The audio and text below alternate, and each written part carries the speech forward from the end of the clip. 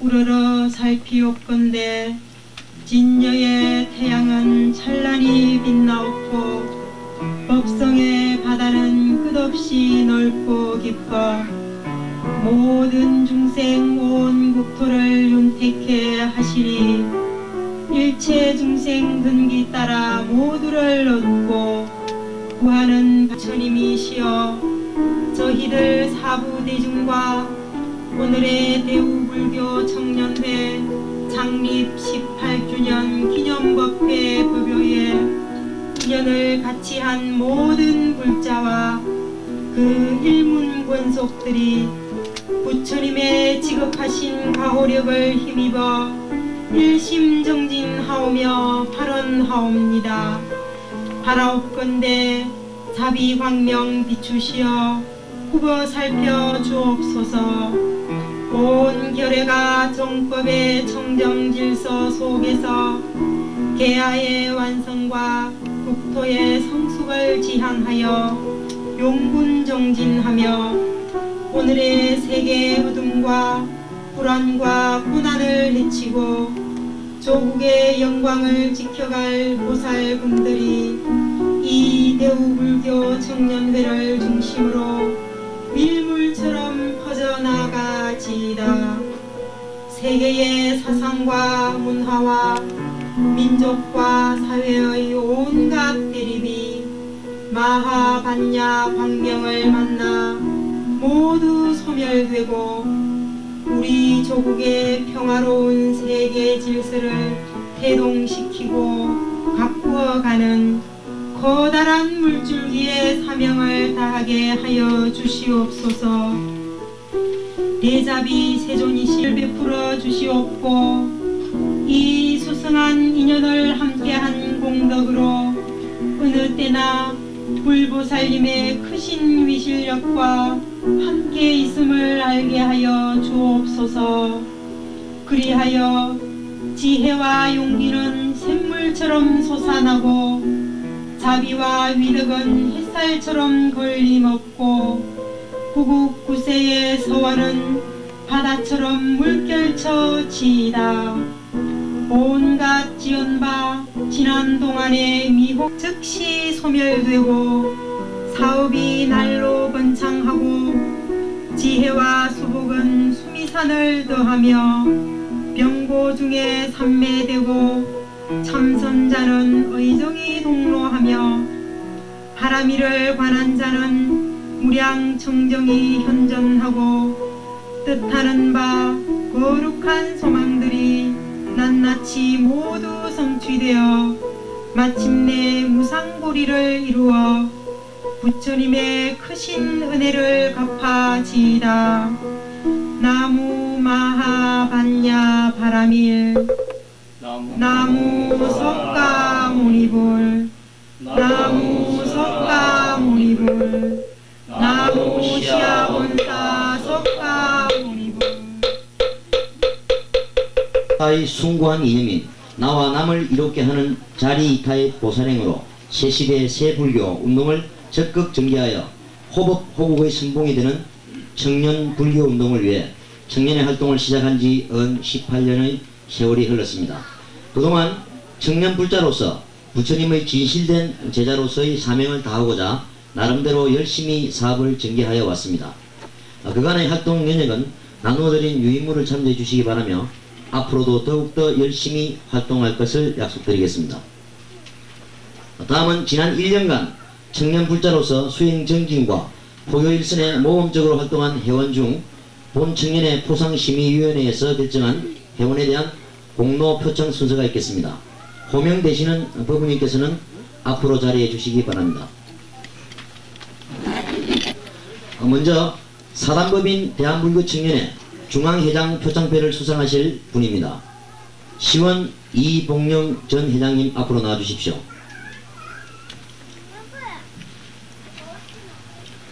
표창패 제99-3 대우불교청년회 법명 시원 성명 이봉영. 귀하께서는 평소 사단법인 대한불교청년회에 남다른 관심과 애정을 보내셨을 뿐 아니라 돈독한 신심과 이타의 원력으로 자비심을 근본으로 하는 대보살행을 실천하였으며 특히 제18대 회장을 역임하면서 지역불교 발전에 기여한 공로가 크므로 대우불교청년회 창립 제18주년을 맞이하여 이에 표창함. 불기 1543년 2월 3일 사단법인 대한불교청년회 중앙회 회장 이상대 대도. 많은 박수로서 축하해 주시기 바랍니다.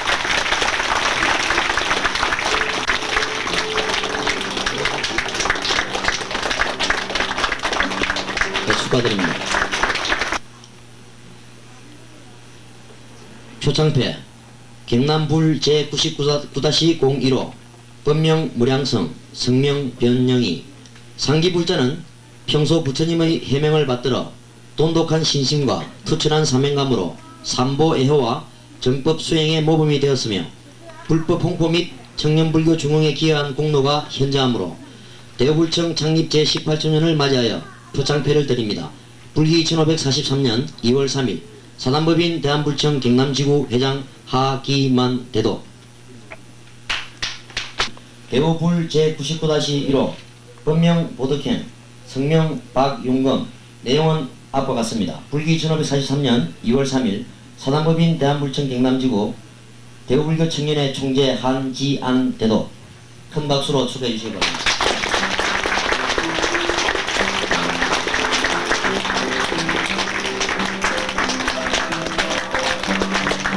제99-2호 본명 성덕, 성명 김성룡, 내용은 전과 같습니다. 불기 1543년 2월 3일 사단법인 대한불청 경남지구 대우불교청년회 회장 박동근.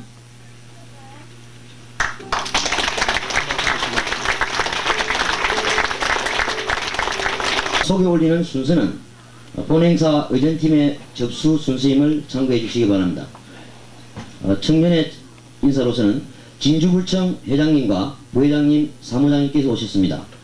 충무불교 청년회장님, 거제불교 청년회장 윤종국 회장님, 충무영화사 불교청년회 거제불교거사님 원철이 회장님, 거제불교거사님 최규행 부회장님,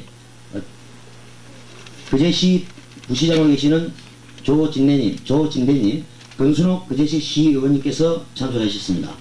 장승포 초등학교 교장으로 계시는 조용주님께서 참석해 주셨습니다. 저희 지도부문으로서는 송민호 대우조선 상선본부장님, 박주태 세림산업 사장님, 김동아 저희 고문이시고 만부건설 대표이사님, 김규성 대우조선 새마을금고 사무국장님께서 자리를 해주셨습니다. 그리고 많은 분들이 오셨지만은 일일이 소개를 올려드리지 못한 점 죄송하게 생각하겠습니다. 축전이 여러 가지 잠깐 소개를 드리겠습니다. 대우불교 청년회 창립 제18주년을 진심으로 축하드리며 무궁한 발전을 기원합니다. 사단법인 대한불교 청년회 중앙회장 이상대. 창립 제18주년을 맞은 대우불교 청년회의 무궁한 발전에 불보살님의 가필이 바쁘신 중에도 저희 창립기념법회의 초청에 흔쾌히 응해주신 정자, 병자, 조자, 정병조 동국대 부총장님께 본 청년회를 대표해서 감사의 말씀을 드립니다. 그리고 밤낮으로 불법 공포에 매진하시느라 여념이 없으시고 추운 날씨와 공사 다망하신 가운데에서도 저희 대우불청의 18번째 생일을 축하하고 빛내주기 위해 참석하신 거제불교 거사님 원철이 회장님과 여러 내빈들께 심심한 감사의 말씀을 드립니다.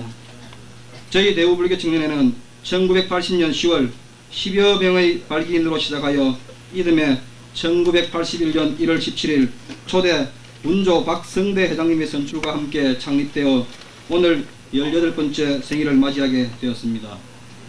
저희 대우불교 청년회는 초창기 당시 장승법의 소재 우리의 힘을 모으고 있습니다.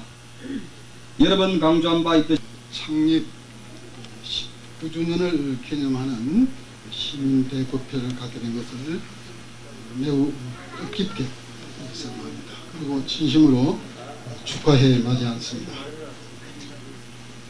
먼저 산업 전선에서 항상 바쁘고 그렇게 힘드신 생활에도 불구하시고 산에는 물론이고 우리 지역의 불신 저변 확대와 또 우리 지역 사회를 발전하는 데 많은 노력을 하고 계시는 대우 불교 청년회 박동근 회장님을 비롯한 우리 회원 여러분들에게 이 자리를 빌어갖고 우리가 볼 때 인본주의와 자기 회복의 길을 열어주는 불교의 가르침은 영원히 그 빛을 잃지 않을 것으로 그렇게 믿어집니다. 오늘 우리는 시민대법회와 강릉은혜를 통해서 불교의 진리를 깊이 되새겨보면서 일체의 대립과 또 걸림이 없는 화합의 지혜와 덕을 쌓고 희망찬 내일을 이루어나가는 그런 정신적 계기로 삼아야 하겠습니다. 오늘 자리를 함께 하신 불교 청년회 여러분을 비롯한 불자회원 여러분들께서 누구보다도 앞장서서 우리 이웃을 사랑하고 사회를 위해 헌신함으로써 우리 사회는 보다 밝고 건강한 사회 또 21세기 새로운 시대를 맞이해서 더욱 희망차고 행복된 지역사회를 만들어 나가게 될 것으로 그렇게 확신을 하는 활동 또 모든 불자들의 가정에 불신과 행운이 더욱 충만되기를 기원하면서 간단한 축사의 말씀에 가름하겠습니다. 감사합니다.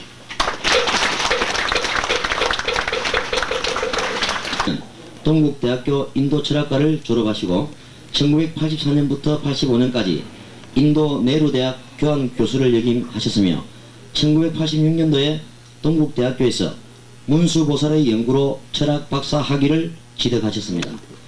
법보신문 논설위원을 역임했으며 동국대학교 윤리학과 교수, 교무처장, 사회교육원 원장을 거쳐 현재 동국대학교 부총장으로 재직 중이십니다. 주요 저서 및 논문으로는 인도철학 사상사, 지혜의 완성 반야신경, 불교와 인도 고전 등 여러 저서와 11년 관음의 연구, 의상화엄철학의 제문제, 반야신경찬 연구 등 다수의 논문이 있습니다. 겨울의 무해스러운 추위와 바쁘신 여정에도 불구하시고 법사님으로 초청에 응해주신 박사님께 깊은 감사를 드리면서 법사님을 큰 박수로 법사님을 환영해주십니다.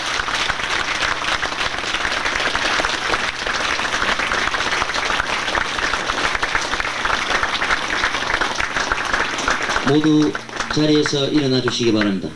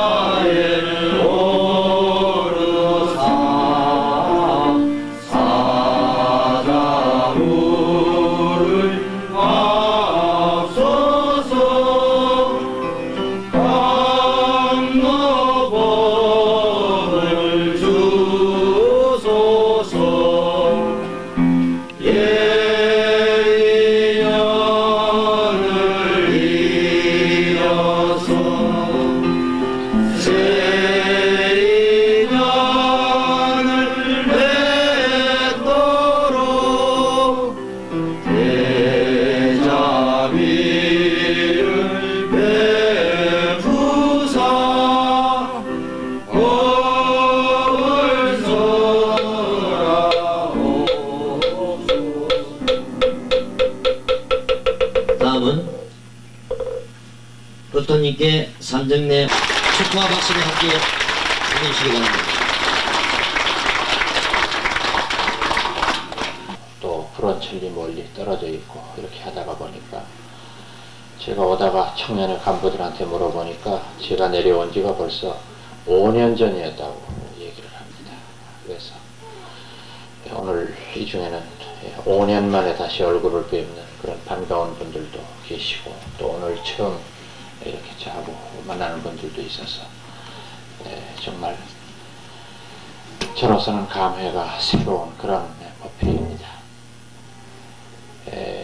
마침 대우 불교청년회의 창립 18주년이라고 하는 매우 뜻깊은 날이어서 더욱더 저로서는 오늘 이 법회에 법문을 하게 되어서 기쁜 마음이 그지없습니다.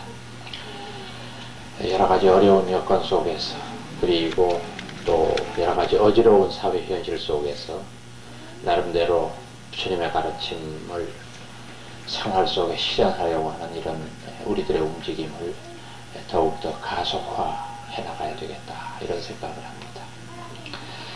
오늘 저는 오래간만에 여러분들 뵈면서 21세기와 불교라고 하는 주제로 말씀을 드리도록 하겠습니다. 요즘 아주 유행하는 말로 우리가 지금 새로운 밀레니엄의 시발점에 서 있다. 그러니까 새로운 천년을 마감하면서 이제 새로운 천년을 다시 맞이하는 이런 시점에 서 있기 때문에 과연 불교는 어떠한 정신을 가지고 이 시대를 리드해 나가고 또 이 시대 속에 적응해 들어갈 수 있겠는가 하는 이런 점들에 관해서 생각해 보고자 하는 것입니다. 우선 이 새 밀레니엄의 시대에 앞서서 가장 우리를 가슴 아프게 한 사건이 지난 연말에 있었습니다. 조계종 총무원의 난투극이 바로 그것입니다. 여러가지 신문에서도 그렇고 방송에서도 그렇고 텔레비전에서도 그렇고 여러가지 분석과 앞으로의 전망 같은 것이 있었습니다. 모든 사람들이 그렇게 느끼고 계시리라고 생각합니다만 이것은 있을 수 없는 일입니다. 이거는 무슨 뭐 참회문을 내고 이런 정도의 사건이 아닙니다. 여러분들이 그냥 관심이 없으셔서 그랬지, 이 승려들끼리 치고받고 할복한다고 돈 벗고 석유 기름 붓고 한 그것이 CNN 뉴스에 하루 16번씩 일주일이나 났습니다. 하루 16번씩이요. 세계에서 다른 사람들은 이거를 어떻게 이해가 아니라 도대체 지금 이게 코미디가 아니냐 할 정도로 이건 있을 수 없는 일이었습니다. 그런데 지금도 제가 보기에는 아직도 스님네들이 정신을 못 차리고 있습니다. 새로 총무원장 들어서고 뭐 이러면 문제가 다, 정화회의 이제 문 닫고 그러니까 다 끝났다고 생각합니다. 그럼 뭐 미안하다 뭐 이러고는, 이건 미안한 사건이 아닙니다. 지금 이것은. 따라서 이렇게 엄청스러운 불교가 손상을 입는 이런 끔찍한 사건이 생긴 것을 저는 어떤 하나의 상징적인 의미라고까지 해석을 하고 있습니다. 이게 결국은 우리 불교가 현재 어떤 지경에 이르러 있고 앞으로의 우리가 어떻게 살아야 되느냐 하는 것을 말해주는 하나의 상징적인 사건일 수 있다, 이렇게 생각을 합니다. 이제는 우리가 맹목적으로 불교이기 때문에 존중받아야 하는 시대는 지났습니다. 이제 어떤 불교냐 하는 것이 문제가 되는 시대가 왔습니다. 여러분들 그 점을 먼저 인식을 하셔야 됩니다. 머리를 깎았기 때문에 존경받는 시대는 지나갔습니다. 이제 우리는 어떤 불교, 뭐 우리 불교식으로 말하면 정법 불교겠습니다. 이제 우리가 정법 불교를 배우고 익히고 실천하는 그런 시점에 와 있다, 이렇게 저는 생각을 합니다. 그래서 저는 폭넓게 이런 문제들까지 성nhập하면서 오늘 주어진 시간 안에 미래의 불교에 대한 희망을 제시해 보려고 하는 것입니다. 먼저 오늘 강의 전반부에는 조금 난삽하기는 합니다만은 새로운 세기에 대한 전망부터 시작하는 것이 순서일 것이라고 생각합니다. 그 다음에 불교가 이런 사회 풍조 속에 어떻게 적응할 수 있느냐 하는 문제를 제시하는 것이 다음 순서일이라고 생각을 합니다. 다가오는 21세기는 아주 극명하게 희망과 절망이 교차되고 있습니다. 아주 희망적으로 생각하는 사람들이 있는가 하면 절망적으로 보는 사람들이 있기 때문에 그렇습니다. 희망적으로 우리의 미래를 생각하는 사람들은 대략 다음과 같은 근거를 가지고 미래의 인류가 좀 더 괜찮아질 것이다 라고 봅니다. 우선은 눈부신 과학 문명의 발달입니다. 이 과학은 시간과 거리의 개념을 지금 완벽하게 없애버렸습니다. 지금은 모든 도로나 또는 뭐 교통망 같은 것과 이 시간을 단축하는 팩스라든지 이메일이라든지 이런 그 첨단의 어떤 그 정보 기술들이 과연 어디까지 갈 수 있느냐 하는 한계를 저희들한테 보여주고 있는 시점입니다. 지금 미국의 과학자들이 연구하고 있는 초음속 여객기라는 것이 있습니다. 이 초음속 여객기라는 것은 뭐냐면은 지금 현재 뉴욕에서 서울까지 16시간이 걸립니다. 보잉으로. 이것이 2시간 정도의 거리를 걸릴 거라고 예측을 합니다. 초음속의 경우에. 그런데 이 초음속은 우리가 지금 생각하는 일반 비행기의 움직임과는 조금 다릅니다. 미국 사람들이 지금 생각하는 것은 뭐냐면은 지구를 중심으로 해가지고 대기권이라는 게 있지 않습니까? 공기가 이렇게 에워싸고 있으니까 그 밖으로 뚫고 나가면은 대기권 밖이 되지 않습니까? 그러니까 여러분들 아시는 대로 이제 그 뭐 우주 속에 이제 들어가는 건데, 지금 현재 연구 중인 것은 뭐냐 하면은 이 비행기가 수직으로 떠서 대기권을 뚫고 나가는 겁니다. 그래서 대기권 밖에서 돌다가 다시 대기권을 뚫고 들어온다는 얘기입니다. 근데 여기에서 현재 기술적으로 제일 문제가 되는 부분이 뭐냐면 대기권을 뚫고 나갈 때 하고 들어올 때의 충격입니다. 이게 제트기는 괜찮은데 조종사 한두 명이 타고 있는, 이게 승객을 잔뜩 실은 채 그 엄청난 충격을 보통 승객들이 감내내기가 좀 어려울 정도의 충격이니까 지금 거리에 대한 기술을 연구하는 것이 아니라 그 충격파를 최소화하는 걸 연구하고 있습니다. 빠르면 금년 연말쯤 되면 실용화되리라고 봅니다. 늦어도 10년 안에는 가능하다고 봅니다. 그러면 이건 무슨 소리가 되느냐 하면 서울에서 아침 먹고 뉴욕 가서 점심 먹고 다시 서울 돌아와서 잔다는 얘기입니다. 이건 완전히 시간과 공간의 개념이 거의 없어지는 시점이라는 거죠. 또 요즘 자동차 중에서 후바 자동차 같은 데에서 연구하고 있는 것은 뭐냐면 이 사람들의 제일 책사는 뭐냐면 왜 자동차가 네 발로 가야 되느냐는 겁니다. 첫 번째 의문이 왜 자동차가 네 발로만 가야 되느냐, 두 발로 가면 누가 잡아가냐, 이 얘기입니다. 자동차가 네 발로 갔을 때 제일 문제는 교통체증입니다. 그러니까 이 말은 지금 미국 사람들이 연구하고 있는 건 뭐냐 하면은 네 발로 가다가 장애물을 만나면 날름될 거 아니냐 이거죠. 쭉 튀어서 날라. 그 다음에 날르지 않는 거리에 있어서는 사람이 두 발로 지금 걸어다닙니다. 이 두 발은 장애물을 넘습니다. 그러니까 자동차가 네 발로 가지 말고 두 발로 가면 되지 않느냐. 그러니까 사람이 걷는 원리를 가지고 그대로 자동차에다 적용하면 어떠냐. 이걸 연구하고 있습니다. 이것도 곧 실용화 단계에 들어섭니다. 다시 말해서 미래, 인류의 미래는 예측할 수 없는 과학문명의 발달이 전제되고 있기 때문에 상당히 지금보다 훨씬 더 좋아질 것이다 라고 하는 낙관론입니다. 반면에 절망적인 견해도 만만치 않습니다. 여기 젊은 분들은 조금 불안하게 생각하실는지도 모르겠습니다만 뭐 지금까지 반드시 이 인류가 예측해온 것이 그대로 진행된 것은 아니니까 다만 이런 견해가 있다는 겁니다. 우선 비관론 가운데 가장 큰 비관론은 뭐냐면은 미래의 인류는 결국 컴퓨터 때문에 망할 것이다 라고 하는 전망입니다. 그러면 컴퓨터가 모든 걸 움직이는데 왜 컴퓨터 때문에 망하느냐. 이 논리는 뭐냐 하면은 요즘 유행하고 있는 사이버 공간의 현실화에 관한 문제입니다. 컴퓨터가 저희들한테 일반화된 것이 지금 한 3년 정도 됩니다. 그 이전까지는 우리도 월급 봉투 쓰거나 했으니까 좀 수작업을 했습니다. 손으로 쓰고 뭐 했는데 지금 이제 컴퓨터가 아주 초보 단계에 와 있는데 지금 현재 컴퓨터에서 문제되고 있는 것은 인공지능의 문제하고 사이버 네트워크의 문제입니다. 우리가 흔히 가상공간이라고 얘기하는 것이 인류를 파멸로 몰고 갈 수 있다 이렇게 보는 건데 이건 뭐냐 하면은 우리나라에서는 지금 현재 컴퓨터 기술이 현재 단계로 보면은 예약 녹화까지는 가능합니다.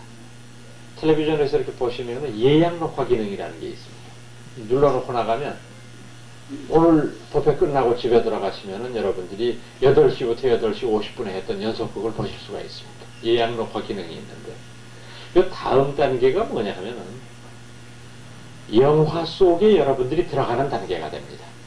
이 다음 단계는 무슨 말씀이냐 하면은 여러분들이 제일 좋아하는 영화 뭐 있으십니까? 거기에 주인공으로 여러분들이 분장을 해서 들어가는 겁니다. 그러니까 그 영화가 계속 앞으로 전개되는 상황에서 내가 주인공이니까 막 인디안하고 가다가 총을 팍 맞고 주인공이 떨어지면 제가 지금 떨어지는 겁니다. 거기서. 그 다음에 기가 막힌 이쁜 여배우하고 입을 맞추는 걸 지금 제가 직접 하는 겁니다. 사이버 공간 속에서. 이게 두 번째 단계입니다. 그런데 세 번째 사이버 공간에서 벌어지는 일이 뭐냐. 세 번째 단계에서 벌어지는 일은 이제는 여러분들 스스로가 여러분들의 섹스 파트너를 얻을 수 있다고 하는 점입니다. 지금 현재도 미국에서는 하고 있습니다. 우리나라에서는 이게 법으로 금지가 되어 있습니다만 이걸 뒤집어 쓴 채 내 섹스 파트너를 내가 합성을 하는 겁니다. 그러니까 뭐 여러분들이 여성인 경우에는 여러분들이 가장 좋아하는 남성 키, 뭐 얼굴 생긴 모습도 마음대로 합성할 수 있습니다. 눈은 누구가 갖다 붙이고 무슨 뭐 코는 뭐 누구가 갖다 붙이고 이런 다 합성. 섹스 시간도 여러분들 마음대로 오래 하고 짧게 하고. 근데 이거는 현실보다 훨씬 더 좋은 게 내 마음대로 하거든. 누구한테 방해도 안 받고. 그러면 어떻게 되느냐? 결혼 생활이 필요 없다는 얘기가 됩니다.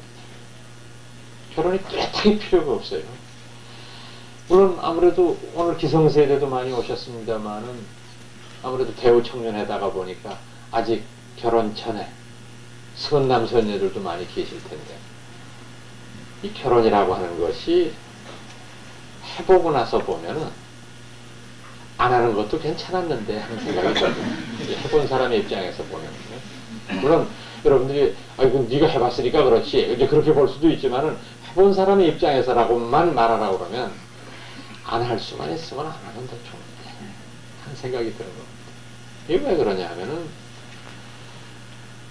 한 남자와 한 여자가 만나서 영원히 사랑한다는 것은 거짓말입니다. 거짓말이에요.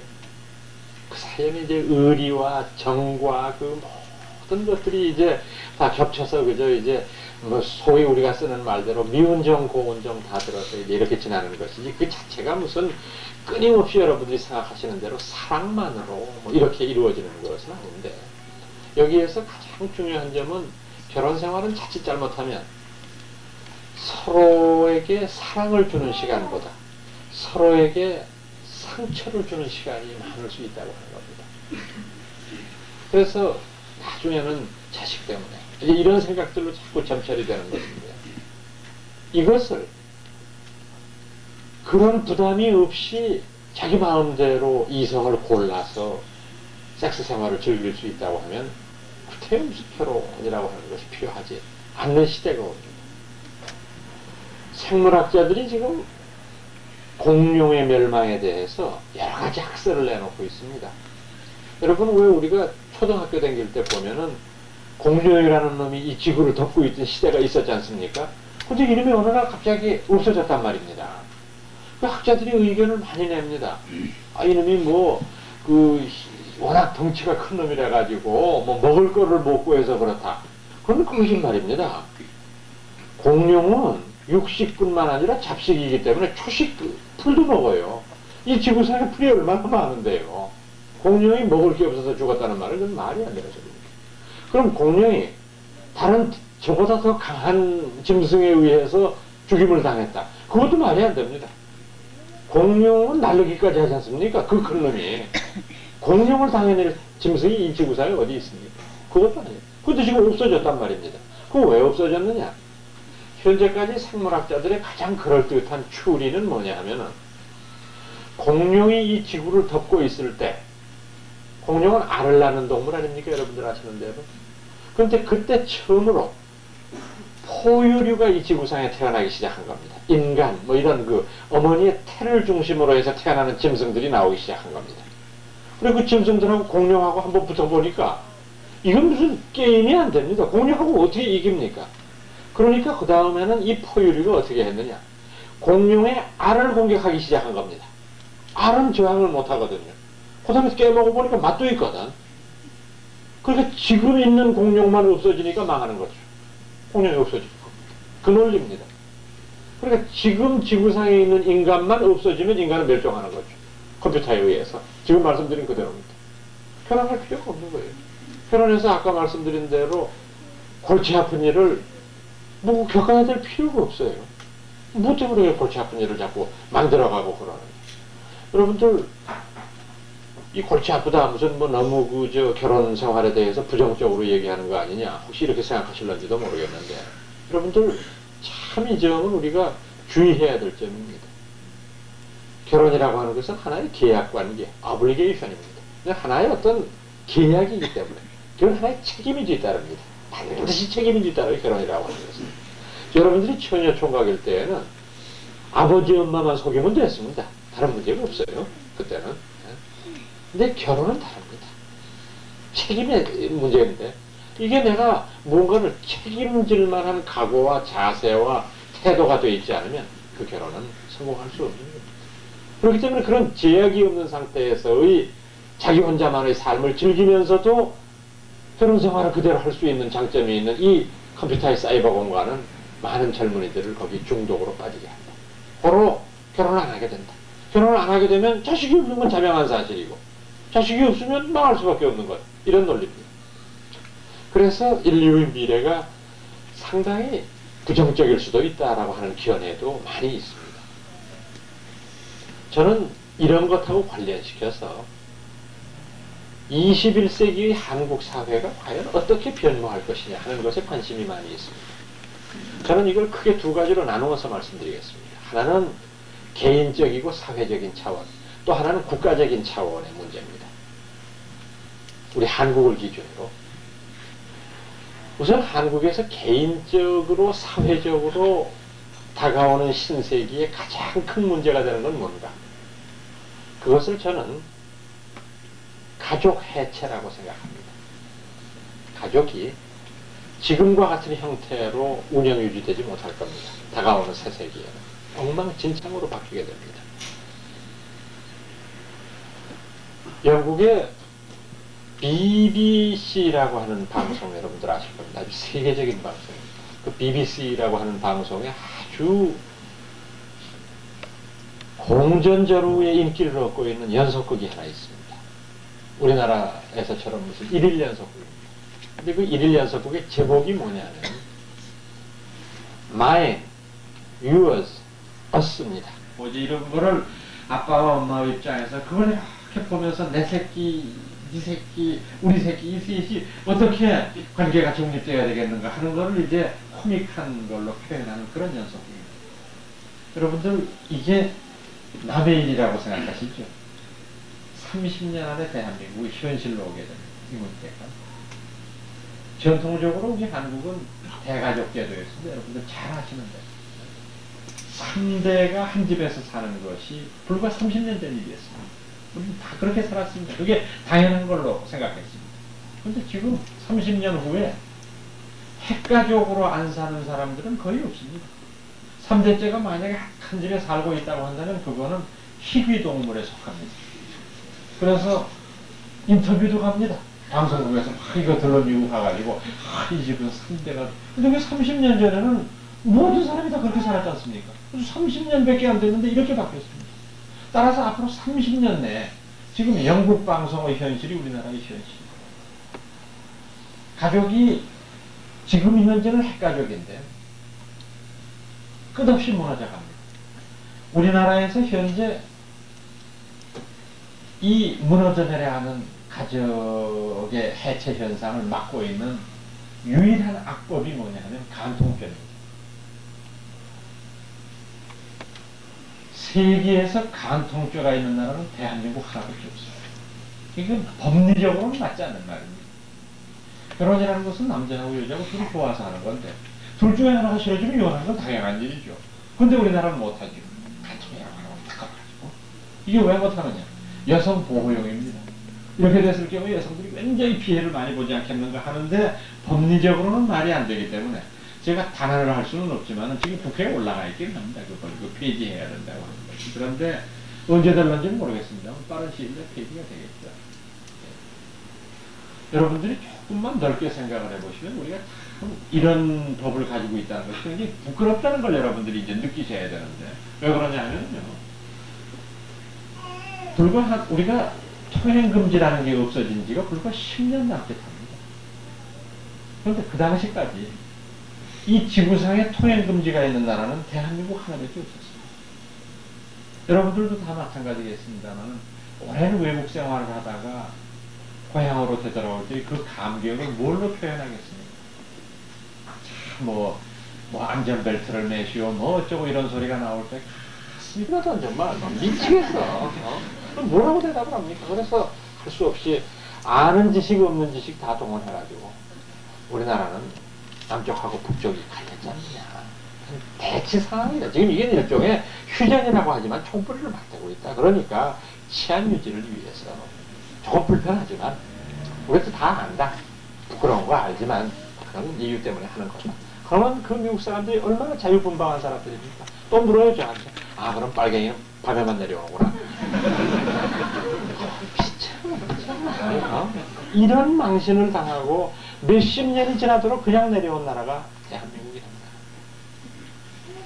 한통 얘기는 우리끼리니까 지금 하지, 다른 데다가 어디다도 막 요절 복통을 합니다. 다른 사람들이 들으면 세상에 이북에도 그런 건 없으니까 무슨 이런 법이 있을 수가 있느냐, 이런 식의 유치하고 그런 법 가운데. 그럼 이제 이게 없어지면 어떻게 되느냐? 아까 말씀드린 대로 둘 중에 하나가 싫어지면 끝나는 거예요, 이제. 그럼 지금 미국이 어떠냐? 미국이 1억 2천만 쌍 정도가 삽니다. 2억 4천만 정도. 그 중에서 55% 정도가 이혼한 사람들입니다. 그러니까 정상적인 미국 사람들을 만나면 100명 중에 55명은 이혼한 사람들입니다. 45명은 그냥 해로하는 사람들이고요. 그럼 우리나라의 경우도 그렇게 됩니다. 그런데 왜 우리나라에서의 경우하고 미국의 경우를 이제 똑같이 저희가 생각을 하느냐 하면, 한국이 현재 걸어가는 길이 미국이 걸어가고 있는 길을 그대로 따라가고 있거든요. 지금 그대로 따라가고 있으니까. 다만 이 이혼에 관련되는 부분에서는 현재 한국법으로는 만약에 이혼을 하시게 되면은 여성에게 절대적으로 불리합니다. 대한민국의 법은요. 우선 호주제가 살아있기 때문에 아이들을 뺏깁니다. 양육권이 없어요, 여성에게는. 그 다음에 경제권이 자기가 뚜렷한 어떤 자기 조합이 있기 전에는 남편이 의존해서 살거나 아니면 벌어봐야 오죽해야 우리 속담에도 여자벌이가 개미벌이라는 말까지 있으니까 도저히 남자의 경제력을 따라가지를 못합니다. 그렇기 때문에 결혼과 동시에 여성은 아이들을 뺏기고 경제권을 뺏기고 끝장나는 거죠. 그때부터. 이게 대한민국의 현실입니다. 미국은 어떠냐? 이혼을 하면 그 즉시에 남자는 쪽박을 차는 겁니다. 완전히 반대입니다. 미국은 법이 어떠냐 하면은 13살 미만의 어린아이에게는 이혼을 하게 됐을 경우에 엄마에게 양육권을 줍니다. 13살 이상일 경우에는 법원에서 아이한테 선택권을 줍니다. 아빠하고 엄마가 조금 불편한 일이 있어서 잠시 같이 못 계시게 되었다. 나는 아빠한테 갈래? 엄마한테 갈래? 그럼 이건 동서고금을 막론하고 아이들은 엄마를 선택하게 되어 있습니다. 그럼 아빠는 애 벌떡금지도 못 보는 거예요. 그 다음에 이 애가 커서 대학 졸업하고 직장 얻을 때까지 생활비 내줘야 돼요. 마누라까지 포함해서. 그러니까 천만 억만장자라도 이혼하는 즉시 남성은 쪽박을 차게 되어 있습니다. 미국 사회는. 그러면은 아까 말씀드린 대로 제가 이혼을 했다. 그런데 제가 처녀를 만난다는 것은 있을 수가 없는 일이기 때문에 아까 영국 방송에서 말씀드린 대로 이혼한 여인과 제가 만날 수밖에 없습니다. 그러면 여러분들이 제 입장에 대해서 보시면 어떠냐 하면, 내 새끼는 남이 키우고 나는 남의 새끼를 키워야 되지 않습니까? 그런 거 아닙니까? 내 새끼는 전 부인한테 뺏겼으니까. 그리고 그 다음에 내 두 번째 부인이 애를 데리고 가는데 나는 그 애를 끌어안고 입을 맞추면서 얘는 내 애보다 훨씬 이쁘다고 말하지 않으면 또 쫓겨나잖아. 나는 그러고 살아야 된다. 네? 그게 여러분들 보시는 에이즈의 현실입니다. 이게 지금 보시는 미국 사회의 현실이에요. 그런데 우리 한국 사람들이 그걸 따라가지 못해서 지금 몸부림을 치고 있는 거예요. 이게 가족 해체 현상이라고 제가 부르는 겁니다.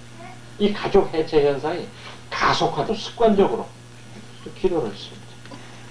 기도가 끝나고 이렇게 보니까 이 사람의 표현대로 하면 김일성 대학 여학생이 싸늘한 눈초리로 내려다보고 있어요. 싸늘한 눈초리로.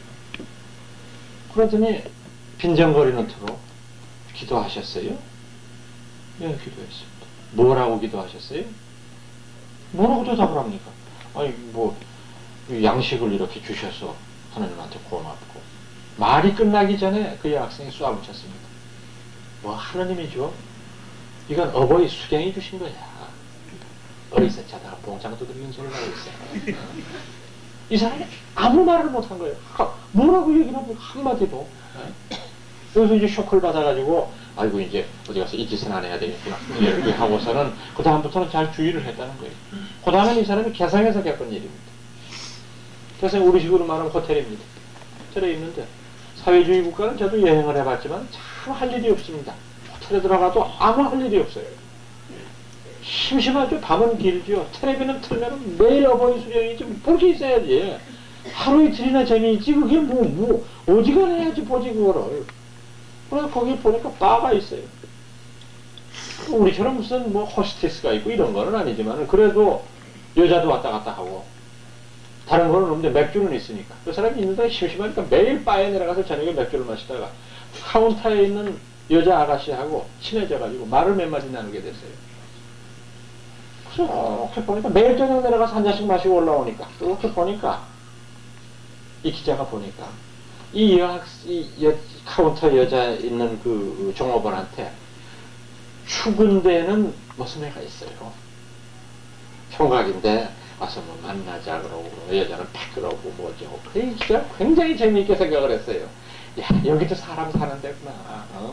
김일성이고 김정일이고 나발을 해도 여기도 그래도 청춘 남녀는 둘이 맞는구나. 그런 생각을 해서 추근거리던 남학생이 가고 난 다음에 물었어요. 그 영업한테. 그 추근대던 남자가 누굽니까? 아니 어떤 녀석인데 자꾸 귀찮게 군다고. 아니 내가 보기에는 참 성실해 보이던데 좀 만나주지 그러느냐고. 나는 생각 없다고. 왜 그 사람의 신분이 낮아서 그런가? 인물이 나빠서 그런가? 아니면 당성이 나빠서 그런가? 아니면 출신 가문이 나빠서 그런가? 이제 온갖 실력을 다 동원했습니다. 그런 게 아니다. 그럼 뭐 때문에 그러냐? 정색을 하고 얘기를 해요, 그 아가씨가. 얼마 전 내 밤에 꿈에 어버이 수령께서 나타나셨다. 수령께서 나한테 내 머리에 손을 얹으시면서 교실을 하셨는데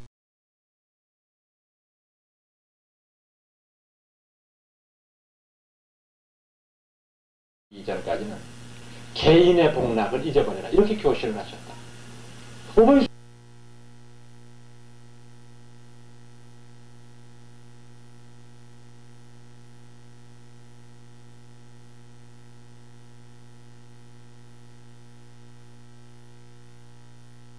성실해 보이던데 좀 만나주지 그러느냐고. 나는 생각 없다고. 왜 그 사람의 신분이 낮아서 그런가? 인물이 나빠서 그런가? 아니면 당성이 나빠서 그런가? 아니면 출신 가문이 나빠서 그런가? 이제 온갖 실력을 다 동원했습니다. 그런 게 아니다. 그럼 뭐 때문에 그러냐? 정색을 하고 얘기를 해요, 그 아가씨가. 얼마 전 내 밤에 꿈에 어버이 수령께서 나타나셨다. 수령께서 나한테 내 머리에 손을 얹으시면서 교실을 하셨는데 남반부를 해방시키는 일에 동문을 앞장서야 된다. 그리고 그 통일 과업을 완수하기 이전까지는 개인의 복락을 잊어버려라 이렇게 교실을 하셨다. 어버이 수령이 그렇게 하셨으니까 내가 어떻게 내 한 몸 편하자고 그놈 만나서 연애하고 나는 그런 일 못한다. 당신들과 같은 그 불행한 남반부 사람들을 내가 완전하게 해방시키기 이전까지는 나는 결혼인 이라고는 못한다. 여러분들은 어떻게 생각을 하십니까? 이게 위선이라면 차라리 문제는 간단합니다. 당에서 시켜서 그냥 나발나발 한다면 문제는 간단한데 문제는 어디 있느냐? 이게 그 여자의 신념일 수가 있어요. 이런 사람이 지금 2200만이 있다는 걸 여러분들이 아셔야 돼요. 2200만. 이 동무들을 어쩔 거냐? 이 동무들을 다 죽여? 어떡하냐고 이 동무들을. 어떡하면 좋으냐? 피부치는 피부치인데 말이 통해야 뭘 어떻게 해먹을 거냐. 말이 통해야. 그 사람들을 너무 나무랄 수도 없는 게 지금으로부터 꼭 만 49년 횟수로 50년을 그렇게 교육을 받았으니 그럴 수밖에 없지 않아요. 그걸 우리가 어떻게 그걸 바로 잡으려면은 50년 이상의 세월이 또 걸려야 되지 않나요? 참 심각한 문제입니다. 이 통일과 야기되는 여러 가지 문제점들 이거 우리가 깊숙이 생각해야 될 점이라고 봅니다. 저는 짤막한 동안이기는 합니다만은 새로운 밀레니엄이라고 하는 시대를 여러 가지 각도에서 분석을 하면서 조금 긍정적인 면보다는 부정적인 면 쪽에 초점을 맞춰서 말씀을 드렸습니다. 이러이러한 문제들이 야기될 수 있을 것이다 라고. 저는 이런 모든 문제들 속에 있어서 우리 불교가 상당히 맡아야 될 역할과 의무가 크다고 생각합니다. 우선 저는 오늘 여러분들께 교리적이고 복잡하고 어려운 이야기들보다 아주 쉽고 단순한 불교가 가지고 있는 몇 가지 장점에 대해서 말씀드리려고 합니다. 제 딴에는 오랫동안 연구해보고 나름대로 내린 결론입니다만 불교가 지배하던 사회가 우리 한국에 있었습니다. 신라니, 소련이 하는 나라는 건 분명히 불교가 지배하던 사회였거든요. 그 다음에 뭐 조선 같은 건 유교가 지배하던 사회였고, 현대는 지금 짬뽕이 지배하는 사회고, 이거는 뭐 엉망진창이니까 지금은 뭐 이데올로기고 뭐고 없이 그냥 막 혼돈의 상태니까. 그럼 이제 이런 각 시대별의 특징 속에서 우리가 불교의 장점을 유추해낼 수 있습니다. 우선 저는 현대 산업사회로 접어들면서부터 우리 사찰의 공간 이용이 틀려먹었다고 생각을 합니다.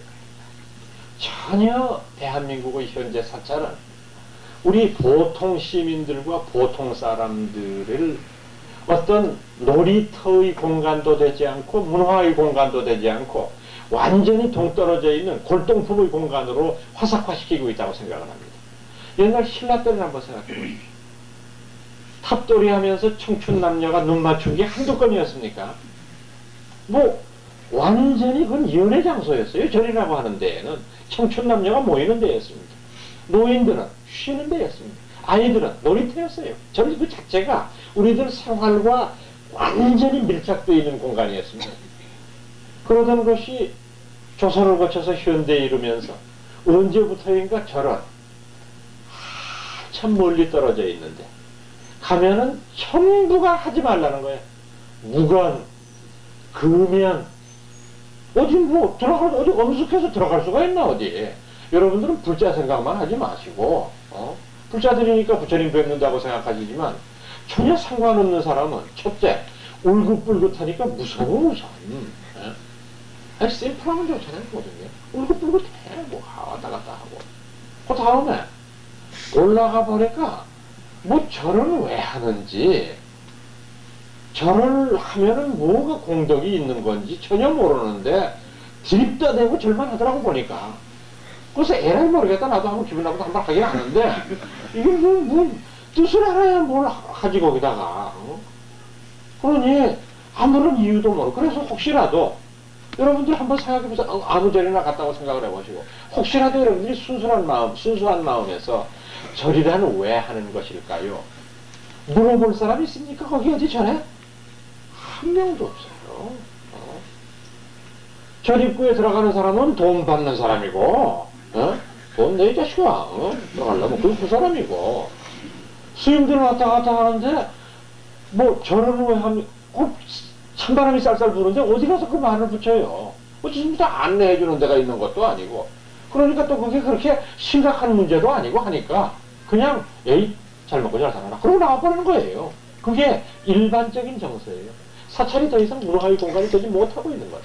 그럼 고대 사회에서 불교가 지배하던 사회에서 사찰이 차지하던 역할이라는 게 뭐였느냐? 지금 여러분들께 말씀드린 대로 사찰은 고대인들에게 있어서 생활의 터전이었을 뿐만 아니라 문화의 공간이었습니다. 그 일대가 거기 오면은 우주를 배울 수 있었고 세계를 배울 수 있었고 역사를 배울 수 있었어요.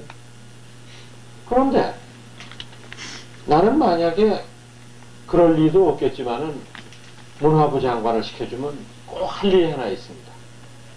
대한민국 1200개 사찰에 있는 안내판을 다 뜯어고치겠습니다.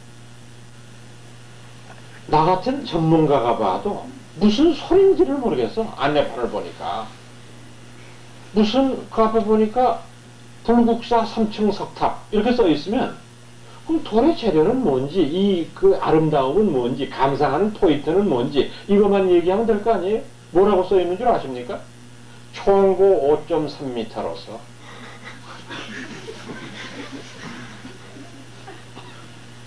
안각이 경사를 이루고 있고 어깨 받침이 5에서 4수로 간략화되는 현상을 보임으로써 후세의 정식화된 경향을 표방하고 있으며 뭔 소리라고 이게 좀 도대체 이게 한국말인지 영어인지 난 모르겠어. 이게 무슨 소리인지.